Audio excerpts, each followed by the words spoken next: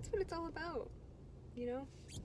To me, shuffling's not so much different than just life. That's how I feel. Shuffling is life. Shuffling is the best. And hi everyone, welcome to my channel. My name is C, and yes, I am filming from my car again. I wanted to make a video on how to begin your shuffle journey or how to get over a funk. We all hit plateaus sometimes, regardless of what hobby or passion we are trying to achieve. So I just wanted to share some of my insights, some of my tips that have helped me. A little disclaimer, I am by no means a master at shuffling or even close to that. So there are many different styles of shuffling. There are many different debates online too, whether what is shuffling, what is not shuffling.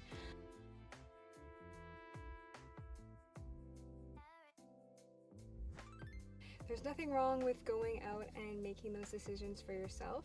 Shuffling is a dance, it is a form of expression, and if you are expressing yourself in a way that feels good to you, then I don't think it should matter to anybody else what you're doing. But it is important to learn the fundamentals of shuffling. Do what you can to inform yourself. You want to make sure that you are doing the moves correctly. Do your research, practice your fundamentals. The two fundamentals, by the way, are the T-step and the running man. When I first started doing my research on shuffling, I found that there were many styles such as Melbourne, Malaysian, Russian, cali, smooth style. There's just hard style. There's just all sorts of different variations of what shuffling is, and depending on where you are globally too, you might notice certain styles are more popular. Also cutting shapes, which is not shuffling. I know there's a lot of mixed feelings about this one. So shapes and shuffling are two very different things. They are interchangeable and you can do both of them, but they are not one and the same. So I highly suggest one of the things you do is search up cutting shapes and search up shuffling. You might notice some videos are titled shuffling when it's really cutting shapes. So it's just familiarizing yourself with the different styles and just knowing what you like. If you want to cut shapes, cut shapes. If you want to shuffle, shuffle. There's no limits to what you can or can't do. So you're practicing your fundamentals. When I first started, I worked on the running man and the T-step for probably the first 3 months. I didn't really veer off too much from there. I practiced every day, even if it was only for a couple minutes. I didn't really practice any music. Sometimes I would throw some on if I got really bored, but I didn't use music because when you first start shuffling, there is no way, unless you have some footwork experience, that you would be able to keep up with the BPMs from the music. So that really threw me off. So I would start practicing to no music. I found using a metronome to be very helpful for me when I first started shuffling. I would often set the BPM to 100, sometimes even less, and I would just work on those two fundamentals at that speed, and then I would slowly increase until I got more comfortable with, 120, 130, etc. Once you are ready to dance to music, find the music that gets you moving the most. What music do you like to listen to? What music do you like to dance to?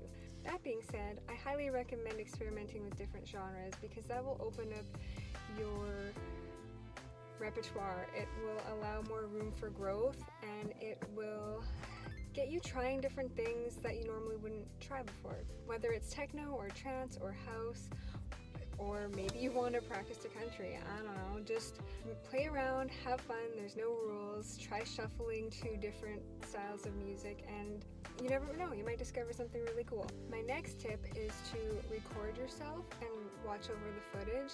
This was huge for me when I first started shuffling, and I still do this to this day.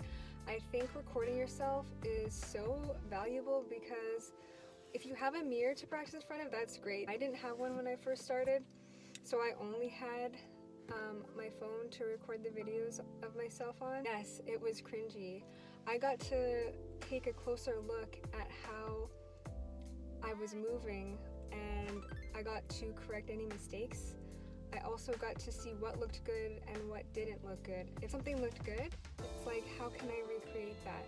If something looked horrible, then I can improve and maybe be more conscious of that, more conscious of my posture, more conscious of my hand movements.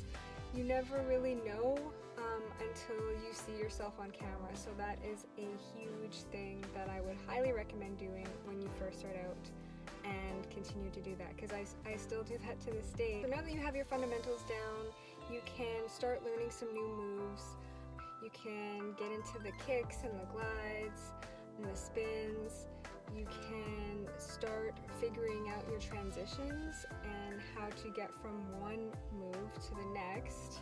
You get to have a lot of fun with it. Now that you've had your base, you can really experiment, and to me that's where the fun started to begin. There comes a point, I think, in every shuffler's journey, and not just shuffling, I think it can be applied to so many different things, but you will get to a certain point and you kind of just like hit a plateau. You get caught in the funk. Maybe you have been shuffling for a while, but you haven't learned anything new. You feel like you're repeating the same moves over and over again, or maybe you're just not motivated. Maybe there are other reasons. Life is full of surprises, and sometimes you just don't feel like dancing, or sometimes you just hit a point where you need to take a break. And I will say that taking a break is a really good idea sometimes. You can always come back, and when you come back, you'll be even stronger. If something's going on in another area, that could be affecting, my creativity, or it could be affecting my expression. So practice mindfulness. Maybe that means implementing some meditation or daily yoga into your routine, or maybe that means changing up your routine. Change begins in one small area and then it ripples outwards into all other areas of our life. So if you're lacking in one area, it could be affecting the others. Getting out of your comfort zone is so important. Where are you practicing every day? Are you practicing in the same room? Do you ever practice outside? Have you practiced out in public? It is terrifying to dance in public. I still struggle with it.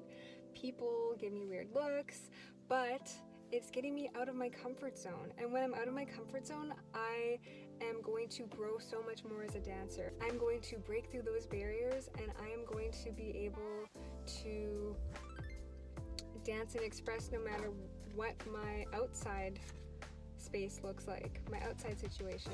So I have to say that getting outside is such a crucial tip on your shuffle journey. Maybe not. Maybe it's not for everybody, but go somewhere else. Change your environment. Get out there. Explore. It's supposed to be fun, and I know for me, I get very bored if I'm doing the same thing over and over again. I need to get out there, and I need to change up my environment. To level up your game, you have to be willing to try new things. You have to be willing to do things you normally wouldn't. Sometimes my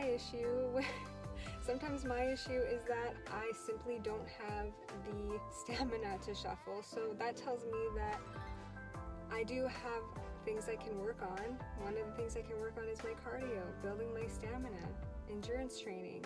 There are all the sorts of different things I could do that would help me increase my practice time and my performance time. Another thing I like to do when I'm in a funk is to seek out new music. Music inspires me. Music is what moves me. Music is what drives me. It's what inspired me to start shuffling in the first place. Whether you go on Spotify or SoundCloud or YouTube, I use all three platforms, and I just go down a rabbit hole for a bit. And finally, my last tip for getting out of a funk is to dance with others. Teach them what you've learned. We can teach other people what we've learned. That is a beautiful way to level up. Not only are you helping another individual on their journey, when you are teaching others those moves, you're breaking them down, you're reaffirming how well you know the practice yourself. I know right now with COVID, it's really hard. We can't get out there, we aren't going to events, we aren't really seeing our friends, our family. If there are shufflers out there who inspire you, send them a message, talk with them, open up a dialogue. You never know what they've got to offer. Maybe they are offering lessons, maybe they will give you some tips or pointers. There are countless ways you can upload your videos on the internet and ask people for their opinions. I did that a lot when I first started. I didn't really know if I was shuffling or not. I had to literally go on Reddit and be like, does this look right? Everyone's journey is going to be different. Everyone will have a different experience, a different opinion, a different story, a different journey. So ultimately, at the end of the day, this is your journey. You get to decide where you want to take it. You get to decide how far you want to go. It's all up to you. Don't let your self-limiting beliefs get in the way like I did for the first probably 5 years I was interested in shuffling. I got discouraged and I didn't allow myself to fail because I was afraid of failing. I was afraid that I couldn't do it, but I later realized that that was all in my head and it is all up to me. I'm the one who was holding myself back. Most importantly, just have fun. This is one of the most incredible journeys I have been on. Shuffling has transformed my life. I wouldn't be where I am today without it. It showed me that I can overcome any obstacle as long as I set my mind to it. It is a form of meditation for me. It is a very spiritual thing for me as well. Shuffling might not be that way for everybody, but for me, I view shuffling as a spiritual practice. I view it as a way to drop out and tune in. It increased my confidence. It increased my ability to let go. It showed me that I can persevere and push through. Found myself when I started shuffling, and it is one of the most beautiful experiences that I've had, and I only hope that it would be the same for you. It would have the same effect for everybody. To me, it's so much more than a dance. I think a lot of shufflers feel that way. It is a lifestyle. It is everything. I can connect it to everything, so I just love shuffling. I love it. It's getting so bright in here now. I need to wrap this video up, but I really hope you learned something.